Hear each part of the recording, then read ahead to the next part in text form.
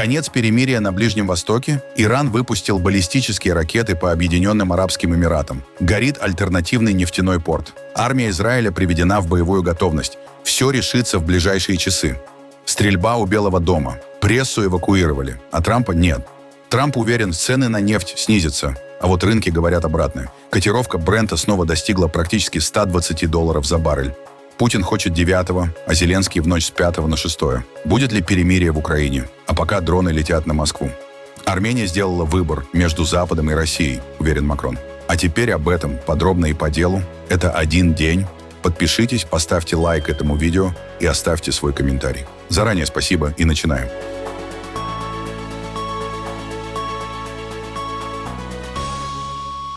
Иран выпустил 19 ракет и беспилотники по территории Объединенных Арабских Эмиратов. По словам офицеров ОАЭ, в общей сложности 4 мая Иран запустил 12 баллистических ракет, 3 крылатые ракеты и 4 беспилотника, в результате чего 3 человек получили травмы средней степени тяжести. В районе Фуджейры, где расположен один из ключевых нефтяных терминалов региона, произошел пожар. Этот объект играет важную роль как альтернативный маршрут поставок нефти в обход Ормузского пролива. Также сообщается о возгорании судна у побережья ОАЭ вблизи Дубая. На фоне атак в стране впервые за период затишья была объявлена ракетная тревога. Жителей призвали укрыться. После объявленного Дональдом Трампом перемирия это первый зафиксированный удар по территории Эмиратов. Власти ОАЭ назвали произошедшее серьезной эскалацией и подчеркнули право страны на ответные действия. На фоне атаки произошли перебои в авиасообщении. Часть рейсов была перенаправлена в соседние страны. Другие самолеты были вынуждены ожидать разрешения на посадку. Воздушное пространство частично ограничено. Образовательные учреждения временно переходят на дистанционный формат обучения в целях безопасности. Тем временем обстановка в регионе продолжает ухудшаться. Армия Израиля приведена в состояние повышенной боевой готовности. На севере страны фиксируется переброска военной техники к границе с Ливаном. Израильские военные заявляют о нанесении ударов по инфраструктуре группировки Хезболла в ответ на угрозы своим подразделениям. Параллельно премьер-министр Израиля Биньямин Нетаньяху отложил запланированные мероприятия, включая судебные слушания, на фоне срочных политических и вопросов безопасности. По данным СМИ, США и Израиль рассматривают возможность ответных ударов по иранским военным объектам, включая ракетные установки и энергетическую инфраструктуру. Дополнительная напряженность сохраняется в акватории Персидского залива. Там продолжаются попытки атак на военные и торговые суда. США проводят операцию по сопровождению судов через Ормузский пролив, обеспечивая безопасность морских маршрутов. И вновь президент заявил, что если американские корабли в регионе будут атакованы, Иран будет стерт с лица земли. Также я спросил Дональда Трампа о вероятности успеха переговоров с Ираном. Он ответил, что иранская сторона сейчас гораздо более сговорчива, чем раньше, демонстрируя гибкость на фоне продолжающегося давления США, в том числе в рамках американской блокады иранских портов. Президент Трамп назвал эту блокаду величайшей военной операцией в истории. Говоря о военной подготовке в регионе, он отметил, что существует два сценария. Либо Иран идет на добросовестное соглашение, либо боевые действия могут возобновиться. Также Трамп заявил в интервью Fox News, что у США есть базы по всему миру, и в настоящее время ведется активная подготовка. По его словам, все объекты полностью укомплектованы техникой, и при необходимости она будет использована. При этом США не исключают дипломатический сценарий развития событий. По словам американской стороны, дальнейшее развитие ситуации зависит от готовности Тегерана к переговорам. Тем временем в регионе усиливаются меры безопасности. В Бахрейне объявлен режим чрезвычайной ситуации. Эксперты отмечают, что текущие события свидетельствуют о фактическом срыве режима деэскалации и росте риска масштабного конфликта. Военно-морские силы Ирана в понедельник, 4 мая, заявили, что в последние часы ни одно коммерческое судно или нефтяной танкер не проходили через Ормузский пролив, отвергнув утверждение американских военных о том, что силы США сопровождали суда через этот стратегически важный водный путь. Ни одно коммерческое судно или танкер не проходили через Ормузский пролив в последние часы, а заявления американских официальных лиц являются беспочвенными и полностью ложными. Более того, любая иная морская деятельность, противоречащая заявленным принципам военно-морских сил Корпуса стражей Исламской революции, столкнется с серьезными рисками, и нарушающие суда будут решительно остановлены.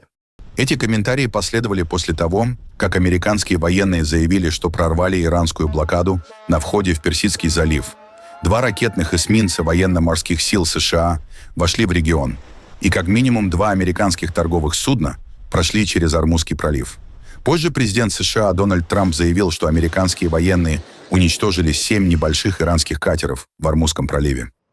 Иран предпринял некоторые атаки против невовлеченных стран в связи с перемещением судов «Проект Свобода», включая южнокорейское грузовое судно.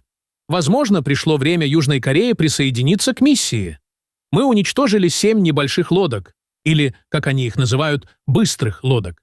Это все, что у них осталось. Кроме южнокорейского судна, на данный момент никакого ущерба при прохождении через пролив не зафиксировано. Министр обороны Пит Хексет и председатель Объединенного комитета начальников штабов Дэн Кейн проведут пресс-конференцию завтра утром. Спасибо за внимание к этому вопросу. Президент Дональд Трамп. На территории рядом с Белым домом в Вашингтоне произошел инцидент с применением огнестрельного оружия. По данным секретной службы США, стрельба произошла днем 4 мая на пересечении 15-й улицы и авеню Индепенденс. Офицеры секретной службы оперативно отреагировали на ситуацию. 1 человек был ранен в ходе столкновения с правоохранителями. Его состояние на данный момент остается неизвестным. Сразу после инцидента территория Белого дома была временно закрыта. Журналистов, находившихся на северной лужайке, срочно эвакуировали в брифинг-комнату. На видеозаписях видно, как сотрудники службы безопасности призывают представителей прессы покинуть открытые участки и пройти в укрытие. В это время по служебной радиосвязи передается информация о выстрелах и уточняется место происшествия. Позже представители властей сообщили, что ситуация находится под контролем, а место происшествия оцеплено. Полиция Вашингтона ведет расследование и призывает жителей избегать района, где ожидаются перекрытия дорог. Президент США Дональд Трамп заявил в понедельник, что, по его мнению, высокие цены на бензин быстро снизятся после завершения конфликта с Ираном. И все идет очень хорошо. Мы также рады, что сегодня к нам присоединился министр энергетики Крис Райт. Он проделал отличную работу. Где Крис? Все ошибались. Они думали, что энергия будет стоить $300 за баррель. Верно? $300. А сейчас около 100. И думаю, цена будет снижаться, и довольно значительно, когда все это закончится, очень быстро, до уровней, которых вы еще не видели. Потому что энергии очень много. По всему миру плавают корабли, загруженные ею. Они не могут ничего с этим сделать, потому что их захватило довольно злое место. Но мы с этим разберемся. Интересно, они провели опрос по поводу войны с Ираном и сказали, что только 32% людей это поддерживают. Ну, мне это тоже не нравится, и я вообще не люблю войну. Но мы оснащены лучше всех. У нас сильнейшая армия в мире. Вы видели, что произошло с Венесуэлой? Вы видите, что происходит повсюду? Но они сказали, что 32% людей против президента Трампа. Но если объяснить это так, допустимо ли, чтобы Иран имел ядерное оружие? Это уже не было бы 32%. Но даже если так, все равно будет 32%. Потому что эти опросы — фейк, они полностью фальшивые. У нас отличные отношения. У нас сотни миллионов баррелей нефти поступают из Венесуэлы, направляются в Хьюстон и в другие места для переработки. И это уже почти настоящее партнерство. Тем временем мировые рынки нефти в режиме тревоги. Котировки Brent стремительно растут и уже приближаются к отметке $120 за баррель. Поводом стала новая эскалация на Ближнем Востоке. Инвесторы закладывают риск перебоев поставок через Ормузский пролив, ключевую артерию глобальной энергетики. На фоне геополитической напряженности аналитики предупреждают, волатильность на рынке сохранится, а цены могут продолжить рост в ближайшие дни. Президент США Дональд Трамп заявил, что с нетерпением ждет встречи с председателем Китая Си Цзиньпином позже в этом месяце. Он отметил, что намерен напомнить своему сопернику, что Соединенные Штаты лидируют в области искусственного интеллекта на фоне напряженности между странами в сфере торговли и технологий. У нас $18 триллионов за 11 месяцев. Данные за 12-й месяц еще не поступили. Но за 11 месяцев 18 триллионов инвестиций. По всей стране строятся автозаводы, предприятия в сфере искусственного интеллекта. Мы делаем, и мы опережаем Китай в ИИ. И я собираюсь встретиться с председателем Си через 2 недели. Я с нетерпением жду этого. Но скажу, я лидирую. У нас дружеская, очень дружеская конкуренция. Но это будет на самом деле очень важная поездка. Также Дональд Трамп пошутил, что покинет свой пост через 8 или 9 лет. Это он сказал во время мероприятия, посвященного малому бизнесу в Белом доме. Это заявление прозвучало вскоре после введения его администрацией налогового послабления, которое позволяет компаниям списывать 100% затрат на новые здания, оборудование и капитальные инвестиции в первый год. И таким образом, когда я покину пост, скажем, через 8 или 9 лет, я смогу этим воспользоваться, я смогу использовать это сам. США начинают вывод около 5000 военнослужащих из Германии. Речь идет о подразделениях, размещенных в крупнейшем американском учебном центре за пределами страны, Графенвёр, расположенном в Восточной Баварии.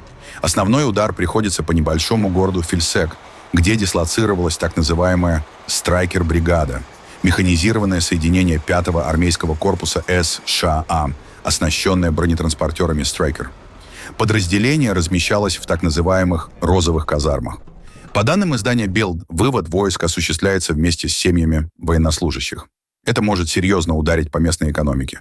При населении около 6,5 тысяч человек в Фильсеке находилось до 10 тысяч американских военных. Ситуацию осложняет и недавно запущенный строительный проект стоимостью около 20 миллионов евро. Десятки домов, возводимых специально для американских военных, теперь могут остаться невостребованными. При этом США не покидают регион полностью. По предварительным оценкам, в Фильсеке останется не менее 5000 военнослужащих, а с учетом ротации – до 8000. Между тем, по информации Euronews, решение о выводе войск могло быть принято без четкой стратегии. Источники утверждают, что инициатива исходила от Дональда Трампа и носила демонстративный характер на фоне разногласий с канцлером Германии Фридрихом Мерцем. По данным источников, цифра в 5000 военнослужащих могла быть выбрана произвольно, как политический сигнал, а не результат военного планирования. Дополнительное напряжение вызывает и то, что союзники по НАТО не получили подробной информации о решении. Сообщается, что приказ был отдан в срочном порядке, а Пентагон подтвердил вывод уже спустя несколько часов после публичного заявления. Эксперты предупреждают, подобные шаги могут повлиять не только на региональную экономику, но и на общую архитектуру безопасности в Европе. Тральщик Фульда направляется в Средиземное море. Германия усиливает подготовку к возможной миротворческой миссии. Действительно, корабль Фульда, тральщик, должен был уже отправиться в Средиземное море, не в Ормузский пролив, чтобы не возникло недоразумений. Мы фактически перебазируем его в Средиземное море и готовим все возможное, чтобы в случае перемирия, устойчивого прекращения огня и наличия международно-правовой базы получить мандат Бундестага. И как только он будет получен, продолжить операции. Поэтому одно с другим пока никак не связано, поскольку мы остаемся в Средиземноморском регионе и не будем вмешиваться в боевые действия. И это заявление из Вашингтона, кстати, вызвало немедленную реакцию со стороны Ирана. Поэтому я бы рекомендовал, и сам стараюсь так делать, не реагировать сразу на каждое сообщение, опубликованное через Truth Social или иные каналы. Это не помогает. Нужно дождаться реальных действий. Поэтому я пока воздерживаюсь от окончательной оценки.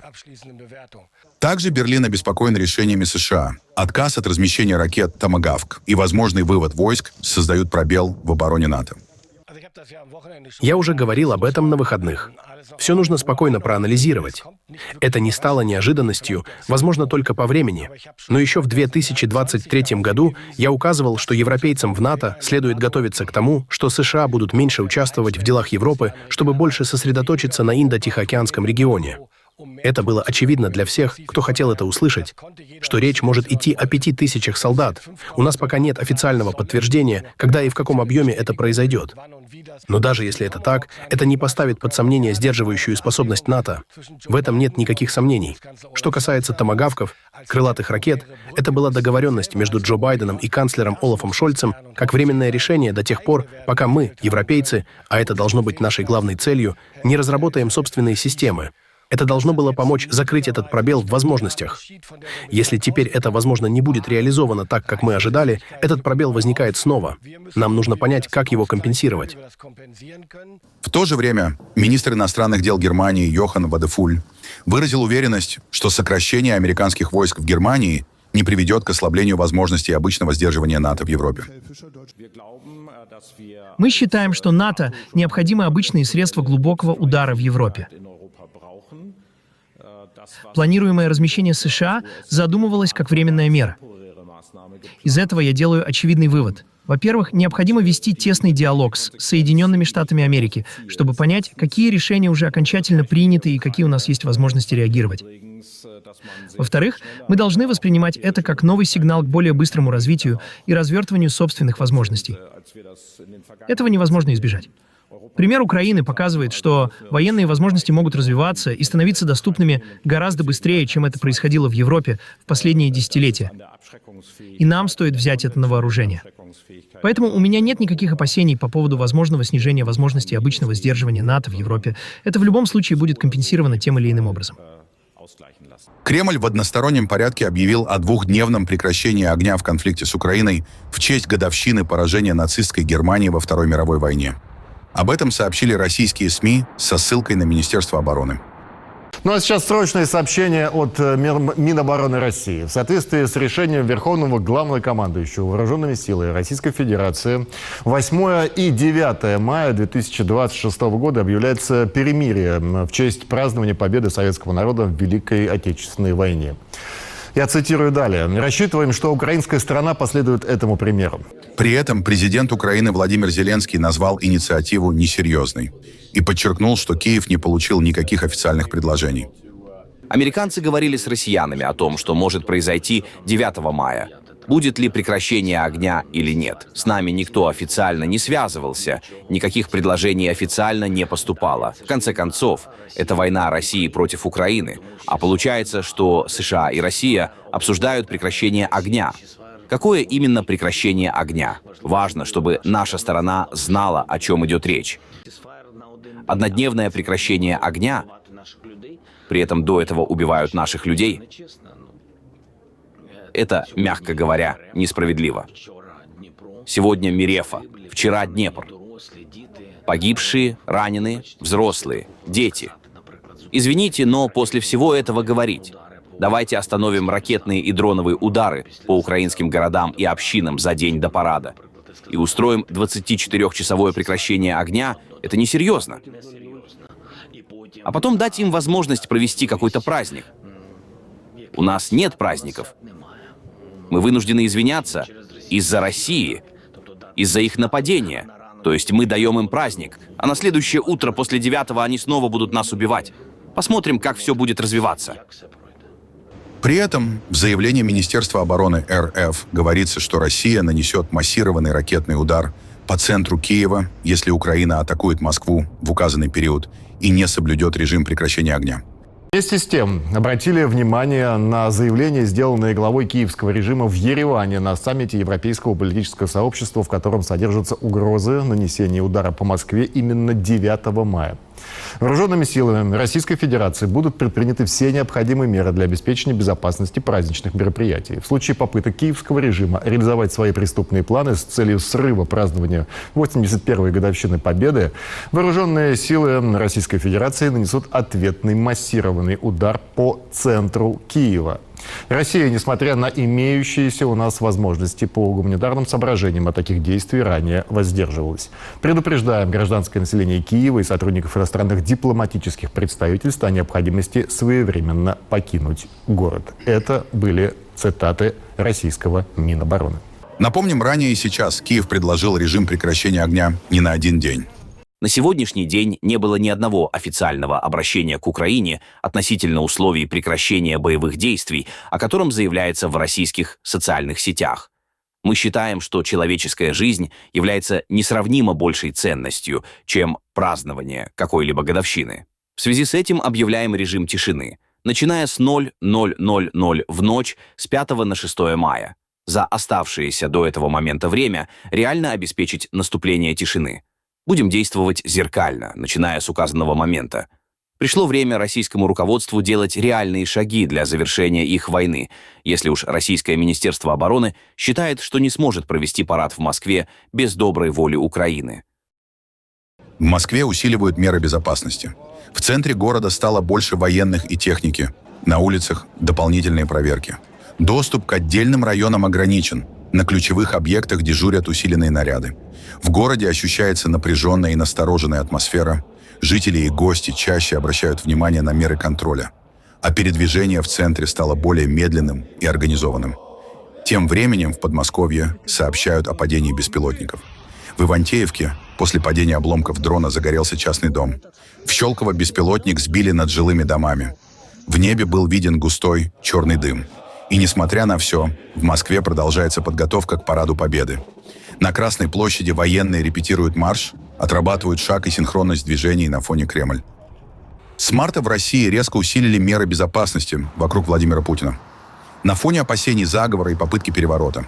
Об этом говорится в отчете европейской разведки, который публикуют важные истории, и с которым ознакомились CNN и Financial Times. В документе прямо указано. Кремль находится в состоянии повышенной тревоги. Основные риски – утечки информации, внутренний заговор и возможное покушение, в том числе с использованием беспилотников. Федеральная служба охраны существенно изменила режим безопасности. Посетители проходят двойной досмотр, сотрудники, работающие рядом с Путиным, лишены доступа к обычной связи. Используются только устройства без интернета. Им запрещено пользоваться общественным транспортом.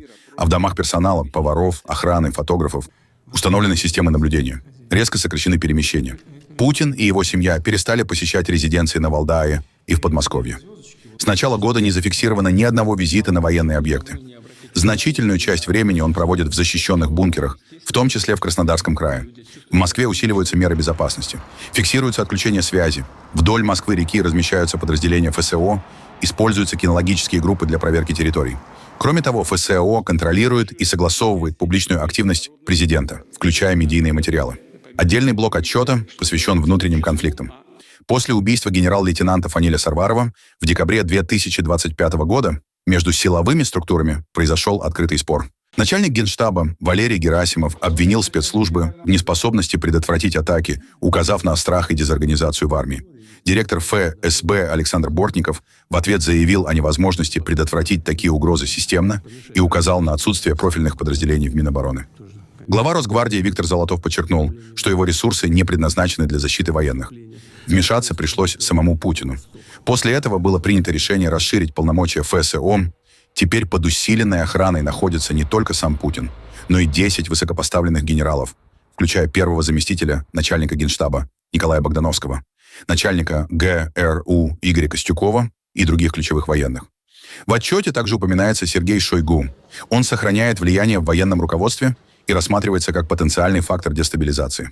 Арест его бывшего заместителя Руслана Цаликова в марте рассматривается как сигнал ослабления прежних гарантий внутри элит. Часть данных подтверждается независимыми источниками. В частности, источники важных историй и бывшие сотрудники спецслужб указывают, что техника прослушки все чаще используется внутри системы власти для контроля чиновников и силовых структур. Косвенные признаки усиливающейся изоляции также фиксируются в публичной сфере. В этом году, по данным издания, депутаты Госдумы не получили приглашений на парад 9 мая. Сам парад проходит в сокращенном формате с усиленными мерами безопасности. Таким образом, по данным отчета и подтверждениям из нескольких источников, речь идет о системном ужесточении контроля, как вокруг самого Путина, так и внутри всей силовой вертикали. Президент Финляндии Александр Стуб заявил, что европейским странам следует начать задаваться вопросом, что Украина может сделать для них после нескольких лет финансовой и военной поддержки Киева в его военных усилиях против российского вторжения. Вместо того, чтобы говорить о том, что Украине нужно от Европы, возможно, нам стоит начать думать о том, что нам в Европе нужно от Украины. Мы в Европе должны выйти из мышления, что только мы помогаем Украине. Нам нужно задать себе вопрос, как Украина может помочь нам? Именно поэтому я с самого начала был убежденным сторонником членства Украины в ЕС и НАТО. Нет ни одной армии в Европе, или даже в Соединенных Штатах, если уж на то пошло, которая была бы способна вести современную войну так, как это делает Украина сейчас. Именно поэтому они фактически помогают на Ближнем Востоке. В то же время президент Чехии Петр Павел раскритиковал президента США Дональда Трампа за то, что тот назвал альянс НАТО «бумажным тигром». Любое ослабление доверия к сдерживанию, конечно, не отражает весь альянс. И если самый сильный член альянса или представитель самого сильного члена альянса говорит об этом альянсе как о бумажном тигре, то это, безусловно, не способствует укреплению его авторитета. Тем более, что это не совсем соответствует действительности. И с этой точки зрения, если мы посмотрим с другой стороны, президент Путин, конечно, может только порадоваться таким заявлением, потому что он делает это уже давно. Прежде всего, он говорит российскому населению, что Россия является угрозой. То есть, что НАТО является угрозой для России. Но одновременно он пытается показать, что европейские члены НАТО, в частности, на самом деле не являются серьезным противником, что единственный серьезный противник — это Соединенные Штаты. И здесь я действительно считаю важным, чтобы мы, как союзники, не только делали все для укрепления доверия к нашему сдерживанию, но и не снижали авторитет Альянса даже своими заявлениями. Президент Франции Эммануэль Макрон заявил, что Франция и Европа должны поддержать Армению в снижении зависимости от ее исторического союзника — России, после саммита европейских стран в Ереване. Могу сказать вам, что встреча Европейского политического сообщества, которая состоялась сегодня с участием более 40 лидеров, никогда бы не состоялась, если бы армянские лидеры находились под контролем России или занимали двусмысленную позицию по отношению к ней.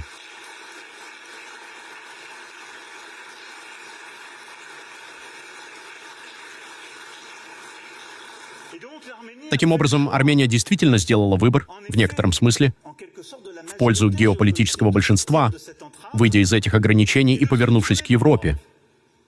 Мы не можем делать вид, что этого не существует. Мы, французы, должны принять этот выбор и поддержать его. Война 2020 года была ужасной для многих семей. Возможно, для некоторых из вас. Наверняка для некоторых из вас. Я ранее вспоминал об этой глубокой ране. Но в 2020 году мы мобилизовались для оказания гуманитарной помощи, затем военной поддержки.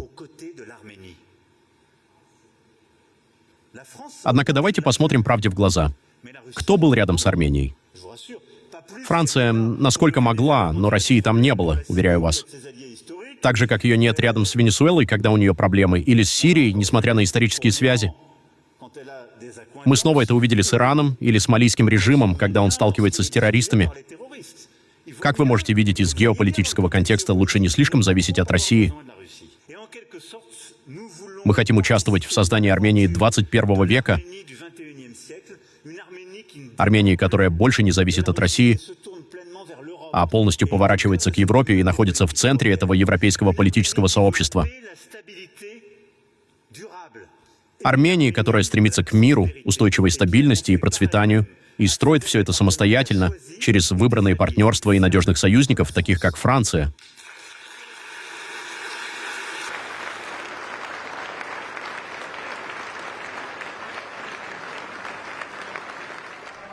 Позже президент Франции Эммануэль Макрон был принят президентом Армении и премьер-министром на государственном ужине в рамках своего официального визита после саммита Европейского политического сообщества в Ереване. Поэтому сегодня вечером я хочу поблагодарить вас за мужество, которое вы проявили в последние годы, оставаясь страной мира и ответственности в этом регионе. Требуется большое мужество и смелость, чтобы стремиться к миру, когда на тебя нападают, и когда страна делает выбор в пользу Европы. Теперь очередь Европы доказать, что она способна соответствовать этим ожиданиям. Стратегическое партнерство, которое мы подпишем завтра, закрепит беспрецедентные усилия, которые мы предприняли в последние годы на вашей стороне в сфере обороны. Ведь наши отношения никогда не были на таком уровне. Оно откроет новые экономические возможности между нашими странами, укрепит образовательные, языковые и культурные связи. И многие из присутствующих здесь сегодня сыграют роль в их развитии. Начались работы по прокладке трубопровода для румынского газового проекта «Нептун-Дип» в Черном море, одного из крупнейших энергетических месторождений Европейского Союза с оценочными запасами около 100 миллиардов кубометров газа.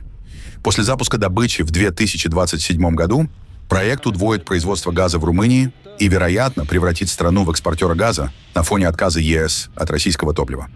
Газ будет поставляться в Германию и Молдову. Интерес проявляют также другие страны Европы, включая Словакию. Румыния станет крупнейшим производителем природного газа.